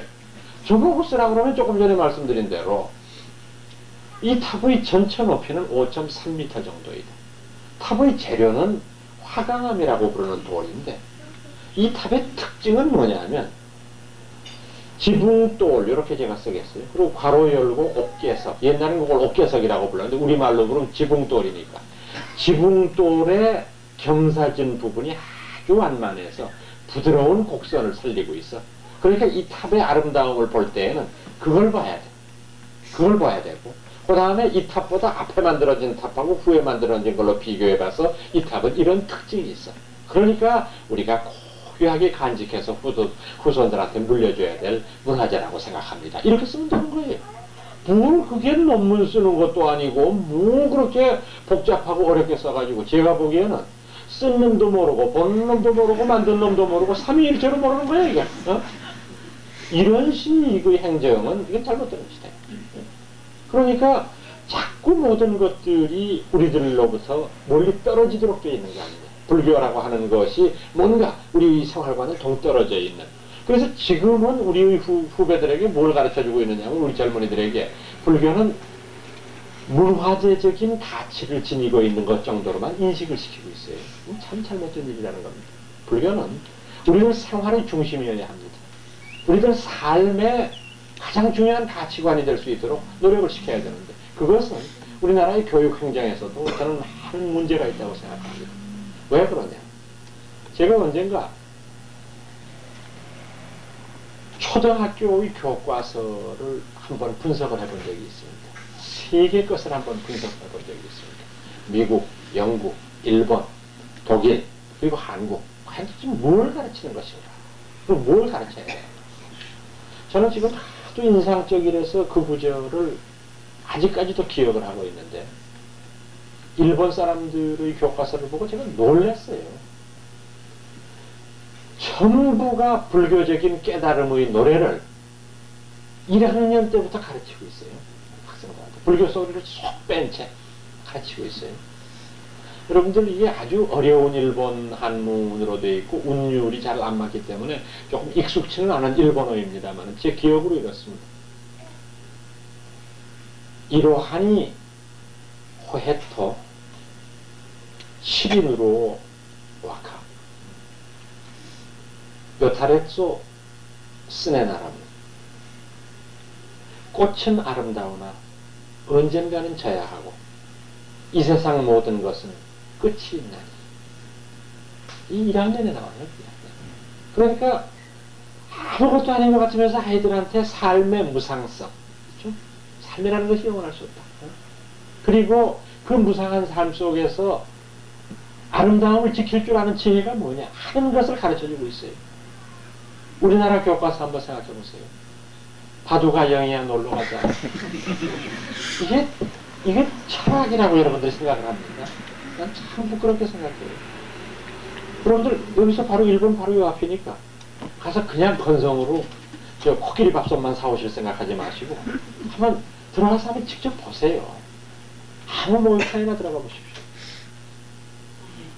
뭐 이런 나무 토막 같은 게 탕 속에 들어있길래 이 자식들이 무슨 뭐 온도계를 넣어놨나, 뭐 이게 38도란 소리인가, 이게 뭔 소리인가 보니까 뭐라고 썼는 줄 아십니까? 정수보살이라고 썼어요. 이건 물이 아니라 보살이라는 거예요. 정수. 우리들의 몸을 때를 밀어내주고 우리들의 피로를 풀어주는 이게 정수 보살님이다. 이게. 이건 나무에 저 비누질하라고 앉아있는 데인 줄 알고 그 나무가 있길래 거기도 보니까 뭐라고 써있어요. 뭐라고 써있느냐. 흰백자 돌석자를 써가지고 백석보살이야. 지금 이 돌은 그냥 돌이 아니라 우리들을 편안하게 쉬게 하는 보살님이다. 이게. 돌이 아니라 보살님이고 물이 아니라 보살님이다. 이게. 그걸 가르치는데 우리 사우나에 뭐라고 써있습니까? 침을 뱉지 맙시다. 물을 아껴 씁시다. 문화라고 말할 수가 없는 겁니다. 얼마나 부끄러운 일이에요. 다시 말해서 외인들은 부처님이 가르치는 것을 생활 속에 녹여서 쓰고 있거든요. 지금 이 순간에도. 그렇지? 이 얼마나 그런 교육을 받고 있는 사람들하고 그렇지 못한 사람들하고 차이를 만드는 것인가 하는 걸 제가 말씀드리고 있는 겁니다. 이 굉장히 심각한 문제입니다. 제가 보기에는. 우리나라의 교육정책, 우리나라의 문화정책 심각한 문제가 있습니다. 마치 그네들은 불교의 위대성을 할 수 있는 대로 줄임으로써 굉장히 현대화와 근대화에 이바지하는 거라고 하는 그런 착각을 가지고 있습니다. 이런 잘못된 생각들, 이런 그릇된 풍조들은 이제 뿌리 뽑아야 되는 거죠. 그래서 저는 이와 같은 각도에서 불교가 지배하던 사회가 가지고 있었던 것을 저는 뭐라고 보느냐, flexibility, 유연성이라고 생각합니다. 불교는 우리들에게 유연성을 줍니다. 여유를 줘요. 여러분, 이 세상은요, 지금 우리가 동서 갈등을 얘기하고 빈부 갈등을 얘기합니다만, 여러분, 인간이 모여 사는 데에는 갈등 구조가 없을 수가 없습니다. 인간은 갈등하도록 되어 있는 존재입니다. 만약 아무런 갈등 요인이 없으면 갈등 요인이 없다는 것이 갈등의 원인이 됩니다. 왜 나는 아무런 갈등할 일이 없냐? 그래서 갈등합니다. 인간은 갈등하게 되어 있어요. 그런데 그 갈등을 푸는 열쇠는 뭐냐? 아까 말씀드린 대로 여유거든요. 너그러움입니다. 서로 죽기 살기로 붙으면 그건 뭐 문제가 해결될 수가 없는 거 아닙니까? 여유인데 그 여유를 불교가 줘요. 가진 자들에게는 불교가 언제나 이런 충고를 해왔습니다. 네가 가지고 있는 것은 영원하지 못해. 너 보지 않냐? 영원한 것은 아무것도 없어, 이 세상에. 그럼 당신이 지금 누리고 있는 건 뭐냐? 잠시 당신한테 맡겨진 거야. 그러니까 남을 위해서 써야지, 이 사람아. 자기 한 몸의 이익을 위해서 쓰면 안 되지. 이걸 부처님은 가르쳐 왔어요. 우리 한국 불교의 2000년 역사를 여러분들 한번 살펴보십시오. 역대의 제왕들, 그리고 위대한 그 임금들이나 또는 위대한 재벌들이 해왔던 일이 뭐냐? 이걸 이제 요즘 우리가 얘기하는 사회사업이라는 말로 부릅니다만, 전부 못 가진 자를 위해서 쓰려고 노력하고 그런 사람들이 많거든요. 이게 전부 불교인들이 그런 식으로 살고자 원했기 때문입니다. 그리고 가난하고 억울한 자들에게는 불교는 뭘 가르쳤습니까? 이 사람아, 너무 억울해하지 말게. 인생이 한 생인가, 이 사람아. 다급을 두고 사는 게 인생인데 연급으로 보면은 지금 요거 한 80년 사는 안것도 이 사람아. 사실 그래, 가만히 생각해보니까 전에 앞으로 말이야 몇 겁을 더 살 텐데 지금 원한 품고 몇 놈 패 죽이고, 이 사람아, 그런 악업 짓지 마라. 참고 넘어가죠. 다음 생에는 끝내준다. 내가 보자 한다. 다음 생에는 다음 생 문제고, 일단은 말들은 그럴듯하잖아. 그러니까 가진 자들에 대한 적개심, 분노심, 이런 것들을 누그러뜨린단 말입니다. 그래서 이 사회를 평화롭게 가꾸거든요. 이게 불교가 가진 장점입니다. 그러니까 가진 자와 가지지 못한 자들의 그 갈등 구조를 최소화시킬 수 있는 그런 위대한 가르침, 그게 뭐냐? 그게 여유고 너그러움이라는 겁니다. 제가 말씀드리는 거예요. 그래서 불교를 믿는 사람들은 보면 대부분 너그러워요. 제가 이런 표현이 어울릴는지 모르겠습니다만, 제가 보기에는 기독교인들은 007 가방 같은 사람들이에요. 007 가방이라는 게, 제가 아마 제 말뜻을 알아듣는 분들이 계실 텐데, 기독인들은요, 어느 정도 단계까지만 올라가면은 규격화만 되어지면 괜찮아요. 그 다음부터는 벌이도 괜찮고요, 어디 가서 대접도 받고요, 살만합니다. 근데 규격화되기까지가 어렵습니다. 근데 불교인들은 어떠냐? 도제기하고 똑같아요. 여기에는 긴 놈도 들어가고 큰 놈도 들어가고 요만한 것도 들어가고 엉망진창이에요, 완전히. 그러니까 불교가 가르치고 있는 것은 뭐냐면 하나의 그런 어떤 사회의 윤활유와 같은 유연성을 낳아주고 있고 길러주고 있는 것 아니냐, 이런 뜻입니다. 지금 우리가 절실히 지금 우리 사회에서 필요한 것은 그 유연성이라고 저는 생각합니다. 여유와 너그러움인데요, 너나 할 것 없이 너무 지금 우리가 앞만 보고 달리고 있습니다. 잠시라도 우리가 내 삶의 의미를 생각해보는 시간이 있어야 되지 않겠습니까? 내 지나온 회한스러운 과거를 한번 되돌이켜볼 필요도 있는 거 아닙니까? 그리고 희망찬 미래를 건설하기 위해서 우리는 우리 삶에 있어서 쉼의 공간이 있어야 돼요. 그런데 현대산업사회는 그걸 용납하지 않아요. 쉼의 공간을 무조건 앞만 보고 나아가도록 만듭니다. 불교는 그것을 제시해 줄 수 있다는 겁니다. 그래서 여러분들은 또 앞으로도 대우불청에서 공부를 하시고 여러 가지의 그 법사들과 만나면서 뭘 여러분들이 배우셔야 되느냐 하면, 불교라는 것은 결국 배워서 너그러워지자는 것이구나. 그래, 저 법사가 지금 말하려고 하는 것의 요지가 이 첨예화된 어떤 하나의 이권적인 대립을 벗어날 수 있는 힘, 그게 어디서부터 나오느냐? 여유에서부터 나오는 거예요. 이렇게 여러분들이 생각하셔야 됩니다. 두 번째로 제가 꼭 말씀드리고 싶은 것은 뭐냐면 미래 사회 속에서 불교가 기여할 수 있는 가장 큰 장점 가운데 하나이라고 저는 봅니다만 우리 불교는 내면의 자유를 주장한다고 하는 점입니다. 여러분들 겉의 모습이 아무리 훌륭하다고 할지라도 내면의 어떤 자유를 얻지 못하면 그건 진실한 자유라고 할 수 없는 거거든요. 가사, 뭐 이런 유치한 예라고 생각하지 마시고 가사, 집안에서 며느리하고 시어머니하고 붙었다 이 가정을 한번 해봅시다.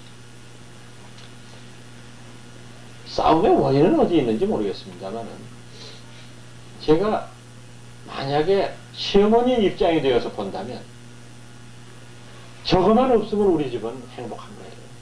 내가 어떻게 키운 자식인데 전년 들어와가지고 우리 집은 망한 거예요. 저거만 없어지면 우리 집은 행복하다고 주장하실 때예요. 제가 며느님 입장이 되어서 말씀드리자면 어떨까요? 저거만 죽으면 우리 집은 행복해요. 저거 때문에 사사건건 나서가지고 즉 시어머니하고 며느리가 붙었을 때 대통 붙었을 때 자기들이 잘못했다는 사람은 하나도 없어요. 전부 저것 때문에 이렇게 됐어요. 네? 즉 어떤 일이 터졌을 때 전부가 다 외면적인 이유를 대는데 우리 불교는 no, 그건 내면에서부터 비롯된 거다. 이걸 가르치는 거죠. 이걸 어려운 말로 탐진치라고 합니다. 탐내고 성내고 어리석은 여러분들 다 아시는 불교 용어입니다. 그런데 한 가지 여러분들이 꼭 염두에 두셔야 될 것은 여태까지 우리가 불교를 잘못 가르쳐 왔어요. 잘못 가르쳐 왔다는 것은 무슨 말이냐면은 부처님 가르침은 우리가 84,000이라고 말하지 않습니까? 그 84,000 가르침은요 각계각층의 사람들을 위해서 이 어른이 대기설법을 하신 겁니다. 그렇지 않습니까? 부처님이 일생 동안 만난 사람이 우리 같은 지식인들만 만난 게 아닙니다. 남 놓고 기억자 모르는 사람도 만났을 거고 심지어는 살인강도 깡패도 만났을 거고 다 그런 분들도 교화했어야 됐으니까 이분은 그러니까 이분은 각계각층의 사람들에게 그분들에게 맞는 가르침을 준 것이 오늘날 여러분들이 보시는 84,000 법문이 된 건데 그 중에서 스님들한테 가르쳐질 용어로 말한 것을 일반인들한테 함부로 막 설명한 거예요. 예? 스님용은 뭐가 있느냐? 예를 들어서 탐지치 삼독심을 제거하고 본래의 마음을 깨달아서 부처가 되어라 이 말입니다. 그런데 우리 보고 탐진치를 끊으라면 우리 그냥 죽는 게 나아. 아니, 어떻게 내가 탐진치를 끊느냐고 어떻게 해? 어? 탐 끊으면은 나 우리 집 내놔야 되겠네 내일. 불쌍한 사람들한테 줘야지. 그럼 우리 식구는 육교 밑에 나가 있어야지. 그렇잖아요.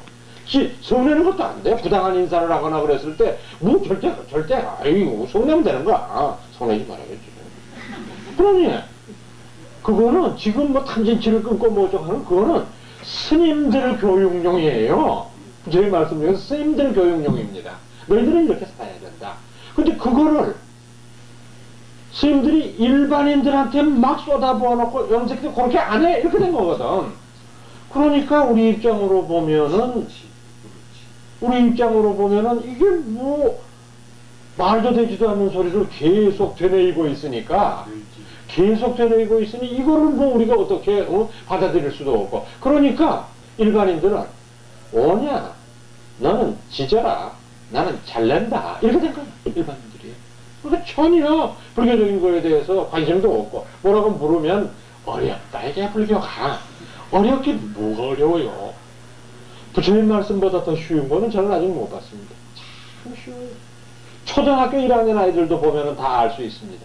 그런데 선사들 말씀은 모르겠어. 부처님 말씀은 다 알겠는데 큰 스님들 말씀은 모르겠어. 현대 불교의 최고 고승인 효봉스님 오도성을 보니까 깨달음의 노래를 보니까 바다 밑 제비가 알을 품고 그랬더라고. 이게 무슨 소리인지 알아? 아니 바다 밑에 뭐가 제비가 있냐 있기는. 근데 바다 밑 제비가 알을 품으면 또 어떻게 되는지 알 수가. 그걸 한참 보다가 무식하니까 모르는 걸 아는 척하는 건 그건 죄악입니다. 공자도 그렇게 말씀하셨죠. 아는 것은 안다고 말하고 모르는 것은 모른다고 말해야 참으로 아는 것이다. 뭐. 병원스님 것도 보니까 더 모르겠어. 진흙소가 노래를 부르고 뭐 이렇게 나오더라고. 진흙소가 왜 노래를 부르냐, 진흙소가. 진흙소가 뭐 어쨌다고 노래를 불러. 나는 우리나라 큰 스님들 노래, 깨달음의 노래 가운데 유일하게 알아듣는 거, 여러분들도 알아들을 수 있을 겁니다. 서산 스님의 깨달음의 노래는 알아들을 수 있겠더라고. 여러분들도 알아들을 수 있어요. 서산 스님이 이렇게 말했습니다. 지나가던 나그네와 집주인이 꿈 이야기를 주고받고 있는, 꿈 이야기 주고받고 있는 그대들, 지금의 삶이 꿈인 줄 아는가 모르는가. 아이 멋쟁이야. 그건 알겠어. 뭔 소리인지. 그렇잖아요. 네? 지나가던 사람하고 누가 앉아서 꿈 얘기했대. 내가 간밤에 돼지 꿈 꿨어. 그러니까 아이고 손님 운수 대통했어. 뭐 이러고 뭐 시정에서 흔히 보는 풍경입니다. 서 선생님 들으셨겠지. 그래. 꿈 이야기하고 있는 그대들. 지금 인만 네가 사는 거 그게 꿈이야. 그거 알아 몰라 인마. 어? 그걸 알아듣겠어 가만 보니까. 그 정도 이외의 건 모르겠어. 무슨 소리지. 그러니까 어떻게 된 놈의 종교가 교조권은 알겠는데 교도권은 모르는 게 있냐 말이야 이게. 어? 그런데 그거를 전부 다 강요를 해오면서 이게 우리가 불교를 멀리하게 된 원인이었다는 겁니다. 제가 보기에는. 그러니까 부처님께서 깨달으셨고 부처님께서 아셨고 그분이 실천하셨던 것은 참 쉽고 명쾌합니다. 단호해요. 모든 게 분명합니다. 그런데 이게 선사스님들한테 들어가니까 엉망진창이 돼버리는 거예요. 여러분들 다 잘 아시는 유명한 화두. 조주 스님한테 제자가 물었습니다. 스님, 달마가 왜 서쪽에서부터 왔을까요? 중국으로 온 이유가 뭘까요? 조주 스님이 대답했습니다. 뜰 앞에 잣나무니라. 이게 말이 되냐고 이게. 어? 아니 무슨 말이 그런 말이 있어 세상에. 어? 그래가지고 제가 여러분들한테 전문적인 말씀을 안 드리는데 더 가관인 것은 선은 크게 나눠서 세 수로 나눕니다. 의리선, 조사선, 열애선 이렇게 세 수로 나눕니다. 그 열등한 순서입니다. 제가 중간에 말씀드렸던 조사선이 제일 위고 제일 밑이 의리선인데 의리선이라는 건 뭐냐면 저처럼 이렇게 그 지금 말씀드린 스토리를 뜻으로 논리로 지적으로 해석하려고 하는 게 제일 열등하다는 거야. 그 사람 미치지. 어? 지적으로 해석하는 게 어떻게 제일 열등하냐. 제일 열등하. 그 다음에 무대뽀가 제일 위라는 거예요. 응? 무대뽀가. 그냥 몽둥이로 패가지고 머리에서 꽈당 소리가 나는데 깨쳤다 이거야. 그게 제일이다. 그게. 그러니까 불림 문자야. 글자 보면 안 된다. 벽 보고 앉으면 끝난다. 이게 중세사회에서는 맞았던 논리인지 몰라요. 중세사회에서는 그럴듯한 논리였는지 몰라요. 근데 지금 우리가 이와 같은 개명된 사회 속에서 이와 같은 지적인 사회 속에서 그 얘기를 계속한다는 것은 시대착오적이에요. 어불성설이라고. 아 오죽해야 이런 우스갯소리가 있습니까? 예수 믿는다는 유치원 애한테 목사님이 뭐 가르치지 그랬더니 뭐 나와서 주기도문을 외우더래요. 그 수준에는 그냥 외우는 게 그 정도밖에 없겠죠. 그래 불교 믿는다는 애 보고 물었대요. 너희 스님들은 뭐 가르치냐? 그랬더니 이놈이 뭐 할 게 있냐? 그래가지고 할 수 없이 이거를 부쩍 들더래. 이거를. 어? 스님이 주장자든 걸 어디서 본 거야? 어? 이 소식을 아느냐 하는 걸 본 거야. 얘가 어디서 이렇게 하고. 지가 뭘 아냐 알기는. 나도 모르는데. 어? 안 할 말로 듣는 건 아냐? 지도 몰라. 이게 무슨 희극이냐고 이게. 예? 이렇게 논리적인 사회에서 비논리적인 일로 일관하는 것. 이것이 결국은 오늘의 우리 불교를 이 모양 이 꼴로 만드는 거거든요. 그러니까 여러 가지의 부처님 가르침 가운데에서 우리가 가장 중요하게 인식해야 될 것은 각자에게 맞는 가르침을 선택하는 일입니다. 제가 여러분들께 권해드리고 싶은 부처님 말씀은 예를 들어서 유마경 같은 게 있습니다. 한번 생각을 해보십시오. 주인공이 제가 불자예요. 결혼한 사람입니다. 유마거사가. 부인도 있고 아이도 있는 사람이에요. 이 사람이 어떤 출가승보다도 위대한 그런 그 가르침을 펴면서 어떻게 이 세속 속에서 불법을 펴야 되느냐 하는 이야기를 하고 있지 않습니까? 우리들이 다 배워둬야 할 그런 그 가르침이라고 저는 생각합니다. 그러나 출가한 분들에게는 유마경이 어울리지 않습니다. 제가 보기에는 스님들한테는 무엄경쯤이 제일 멋쟁이에요. 출가의 미덕, 그리고 혼자 사는 생활의 아름다움, 그뿐 아니라 고동 형이상하게 농축되어 있는 그런 지적인 논쟁들, 이거 아주 어울리는 거니까 그분들 무엄경 같은 거 하면 좋을 거예요. 이렇게 우리가 부처님의 여러 가르침들을 전부 섭렵할 필요는 없어도 각자의 어떤 가치관에 맞는 그런 그 가르침을 선택할 필요는 있는데, 그때 우리들에게 모든 불경이 공통적으로 강조하고 있는 것은 뭐냐? 그건 방금 전에 여러분들한테 말씀드린 대로 내면의 완성입니다. 불교는 우리들한테 내면을 완성시킬 것을 요구합니다. 외형이 어떻게 변하든 그건 상관이 없습니다. 내면의 문제입니다. 내면을 완성시켜라. 그러니 우리가 다가오는 21세기를 지금 얘기하고 있습니다만 참 21세기가 복잡다단한 시대가 될 거예요. 어려운 시대가 될 겁니다. 그러나 그 모든 어려운 시대 속에서 내면을 완성시킨다고 하는 그 멋있는 작업, 그것은 결코 우리가 과소평가할 수 없는 일이라고 생각합니다. 우리 불교는 미래의 인류에게 그 내면의 자유를 완성시켜 줄 수 있습니다. 그리고 그것은 영원한 우리들의 목표입니다. 지향점이에요. 또 미래 사회를 향해서 불교는 뭘 할 수 있겠는가? 저는 불교는 더불어 사는 지혜를 준다고 생각을 합니다. 더불어 산다. 요즘 들어서 참 우리가 절실하게 생각되는 부분입니다. 너무 요즘 우리들 주변에 보면은 혼자만 이렇게 안일의 세계 속에서 지내려고 하는 그런 사람들이 적지 않은데, 참 이런 부분들이 저는 걱정스럽습니다. 여러분 여기 젊은 분들이 많으니까 그 생각 한번 해보시면 조금 좀 윤리적으로 정직해지실 수 있지 않나 하는 생각이 듭니다. 몇 해 전인가 제가 언제 텔레비전에서 유행가를 들어보니까 웬 가수가 나와서 노래를 부르는데 내 인생은 나의 것 그러더라고요. 머리 나쁜 사람은 두었다 봐도 머리가 나빠요. 내 인생은 내 것이 아닙니다. 왜 그러냐? 여러분들 보세요. 지금 여러분들 제 몸 안에는 저희 아버지 어머니의 피와 소질이 흐르고 있지 않습니까? 그렇지 않습니까? 이미 안 계시지만 저희 또 조금은 저희 조부모님의 피와 소질도 있을 겁니다. 마찬가지로 제 몸속에는 제 아들, 딸의 피와 소질이 있지 않습니까? 제 손주, 손녀가 있지 않습니까? 아직 태어나지 않은 제 증손, 증손자, 증손녀에게도 조금은 내 피와 소질이 있지 않습니까? 종행으로 따졌을 때 이게 어떻게 내 인생입니까? 종행으로 여러 가지가 얽혀있는 존재입니다. 내 인생이라고 하는 것은, 내 인격이라고 하는 것 자체가. 우리가 그렇게 생각하면 그렇게 함부로 내 몸을 굴릴 수 없습니다. 내 혼자만의 문제가 아니기 때문입니다. 즉 나라고 하는 인생은 다른 것과의 관련 속에서 존재할 수 있습니다. 불교가 지시하고 있는 게 그거거든요. 나의 존재는 남과의 관련 속에서만 존재할 수 있다. 그러면 그 다음에 충고가 뭐냐? 따라서 나와 인연을 맺고 있는 것들과의 관계를 보다 선량하게 가꾸기 위해서 노력하라는 겁니다. 나와 관련을 맺고 있는 것과 선량하게 갖고 가라. 선량하게. 악연을 맺지 말고 할 수 있는 대로 선한 인연을 맺어가라. 그랬을 때 그 모든 것들이 나에게 행복으로 돌아오는 것이지 다른 사람한테는 그 행복이 비껴가는 거 아니다 이 말입니다.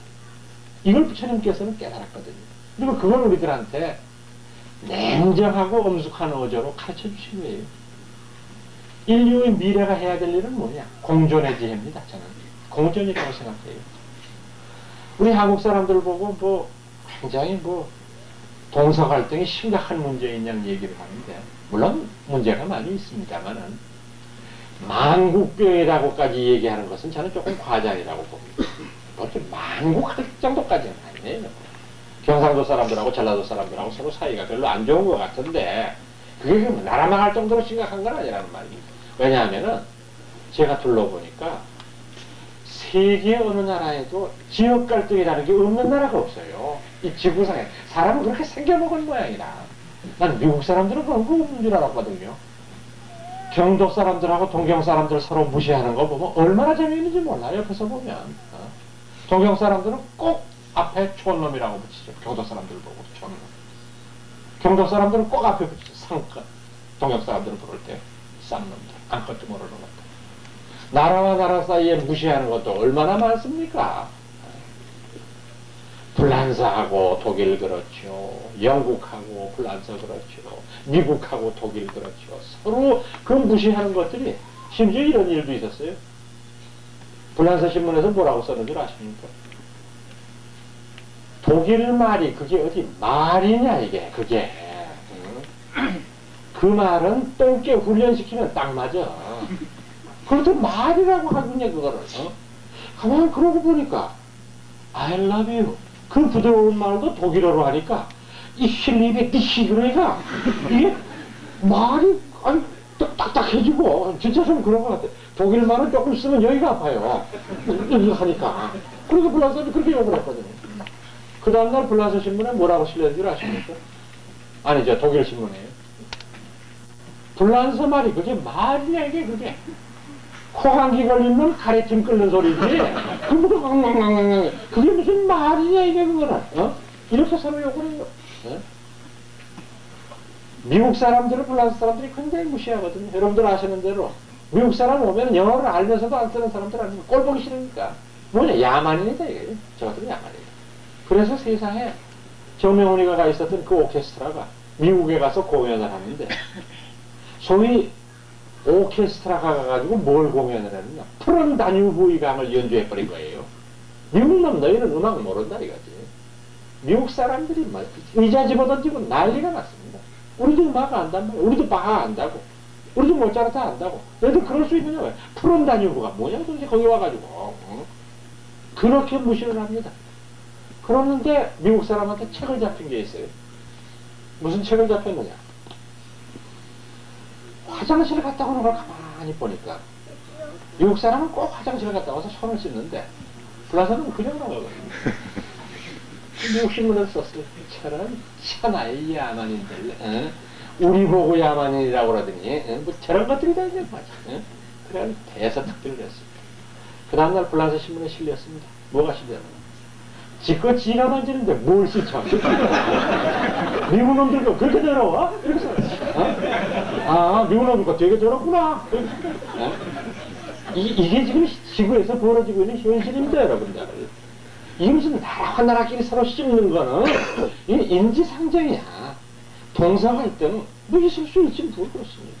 이 세상에 어떤 사람 치고 자기 고향을 사랑하지 않는 사람이 이 세상에 어디 있습니까?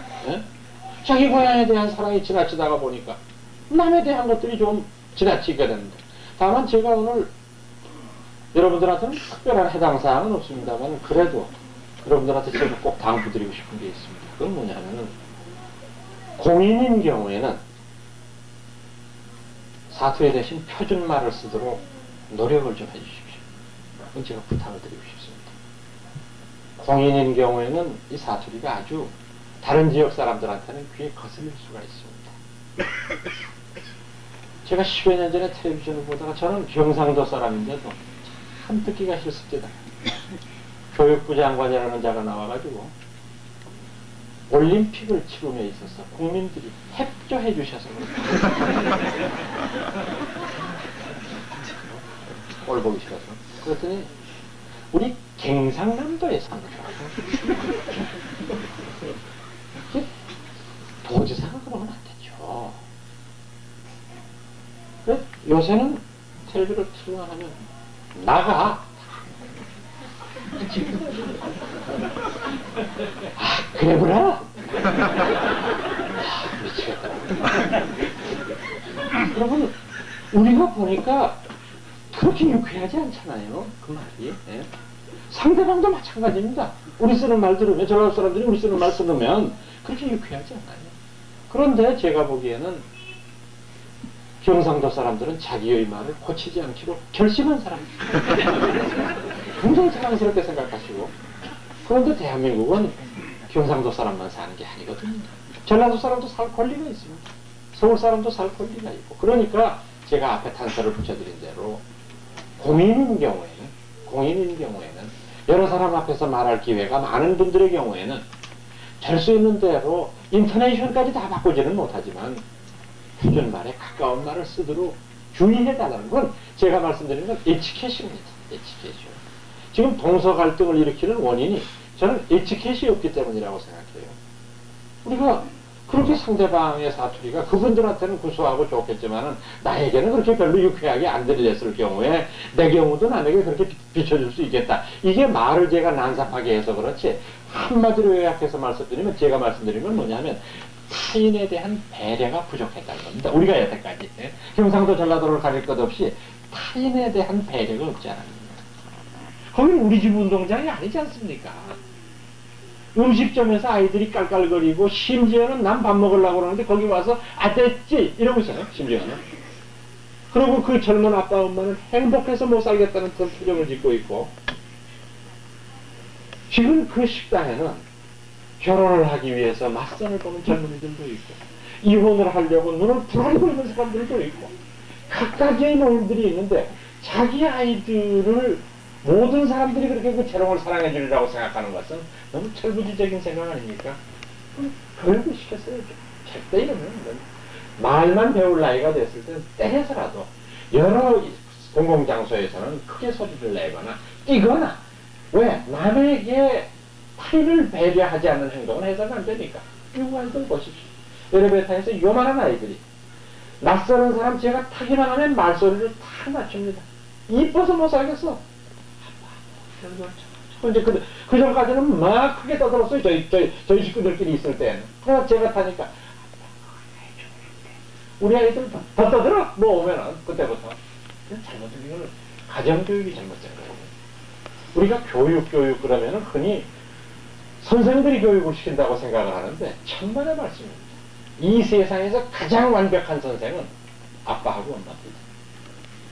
그 이상의 선생은 없어요. 그런데 그런 교육을 시키지 못합니다. 즉 제가 말씀드리는 것은 타인에 대한 배려를 할 수 있는 교육을 해야 되겠다는 거죠. 이것이 바로 우리가 더불어 살아가는 삶의 지혜를 여는 첫 번째 스텝이라고 생각을 합니다. 저는 오늘 여러분들과 더불어서 21세기와 불교라고 하는 주제로 많은 말씀을 드렸습니다. 강의 전반부에서는 21세기를 조금 다소 비관적인 전망에서 얘기했고 나머지 부분에서는 제가 이와 같은 사회 속에서 불교가 해야 될 일이 무엇인가 하는 것에 대해서 말씀을 드렸습니다. 저는 여러 가지 부정적인 요인과 특히 오늘 강의 초에 말씀드렸던 조계종의 부끄러운 사태를 불구하고도 저희 한국 불교의 미래가 굉장히 밝다고 확신하는 사람입니다. 왜 그러냐? 첫째, 우리 한국 알고 믿으면 그런 일이 없으니까 여러분들하고 제가 많은 시간을 할애하지 않고 일주일에 한 번 정도라도 부처님이 뭘 가르쳤냐? 이런 걸 가르쳤는가? 한문으로는 이렇게 쓰는가? 인도말로는 이렇게 쓰는가? 우리말로는 어떤가? 부처님은 어떤 생애를 살았던 사람인가? 법화경은 무슨 경전인가? 반야심경은 뭔가? 이걸 배우고 공부하고 익히는 겁니다. 이게 지성불교예요. 생활불교라는 건 뭐냐? 우리의 삶, 우리의 생활 속에서 그 가르침이 실현되기 위해서 노력하는 겁니다. 실현되도록 노력하는 겁니다. 여기 대부분 대우에 다니시는 그런 그 직장을 선택하고 계신 분들, 그 가족들이 많이 계시리라고 생각을 합니다. 여러분 한번 우리 직장 생활도 한번 생각을 해보십시오. 직장 생활이라고 하는 것을 역설적으로만 말한다면 우리가 돈을 벌기 위해서 직장을 다니는가 아니면 일을 하기 위해서 직장을 다니는가 생각을 해보세요. 만약에 내 가족의 부양과 내 한 몸의 뭐를 위해서 경제 무슨 돈 이런 것만으로 생각을 한다면 내가 하는 일의 가치가 상당히 떨어집니다. 그런데 이렇게 생각하건 저렇게 생각하건 월급의 차이는 없어요. 그러면 좀 더 긍정적으로 생각하면 예를 들어 그것마저 없을 때 이거 참 난감해요. 요새같이 어려울 때 이나마 이 일거리마저도 없었을 때 남의 얘기를 하니까 여러분들이 싫어하시지만 제가 그런 기억이 있어서 말씀을 드립니다.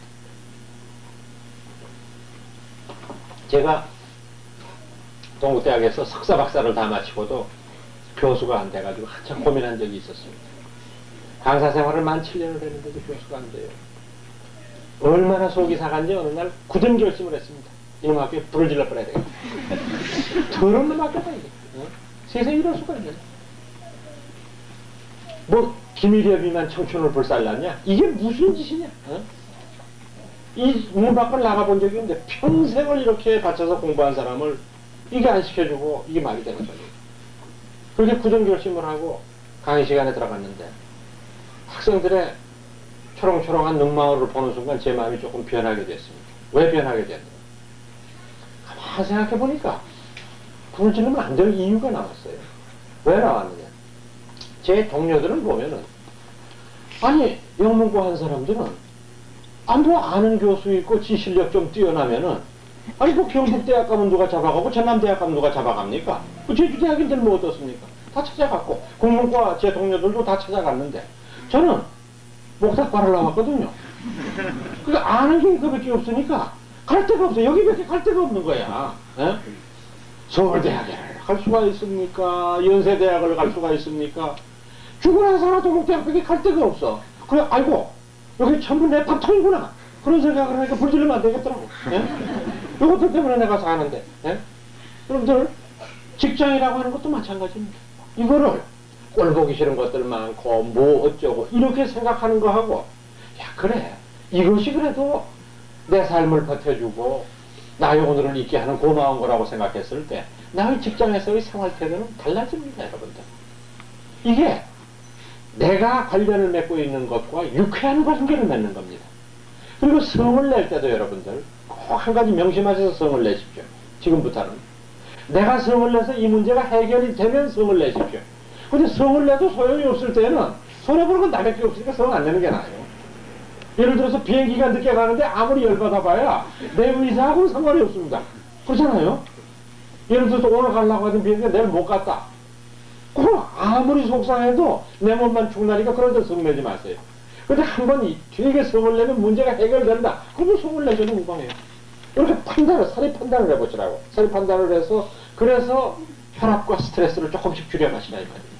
그렇게 해서 뭔가 우리가 합리적으로 써야 된다.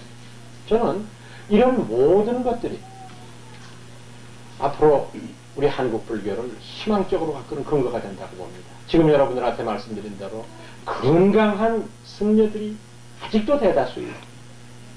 이렇게 벅찬 희망을 가지고 있는 지성불교와 생활불교를 펴려고 하는 이런 제가불교의 훌륭한 움직임들이 튼튼하게 자리 잡고 있는 나라, 그 나라가 바로 대한민국입니다. 저는 이 나라의 미래는 불교에 의해서 밝혀질 수 있다고 확신하고 있습니다. 그리고 그런 힘들은 바로 여러분들의 작은 가슴에서부터 비롯되어야 된다, 이렇게 생각을 합니다. 오늘 시작이 벌써 10시가 넘어서 송구스럽게 생각을 합니다. 혹시라도 또 다른 기회가 주어졌을 때 제가 좀 넉넉한 시간을 갖고 여러분들과 많은 말씀 주고받고 있게 되기를 바라면서 오늘 부족합니다만은 제 법문은 이것을 마치도록 하겠습니다. 고맙습니다.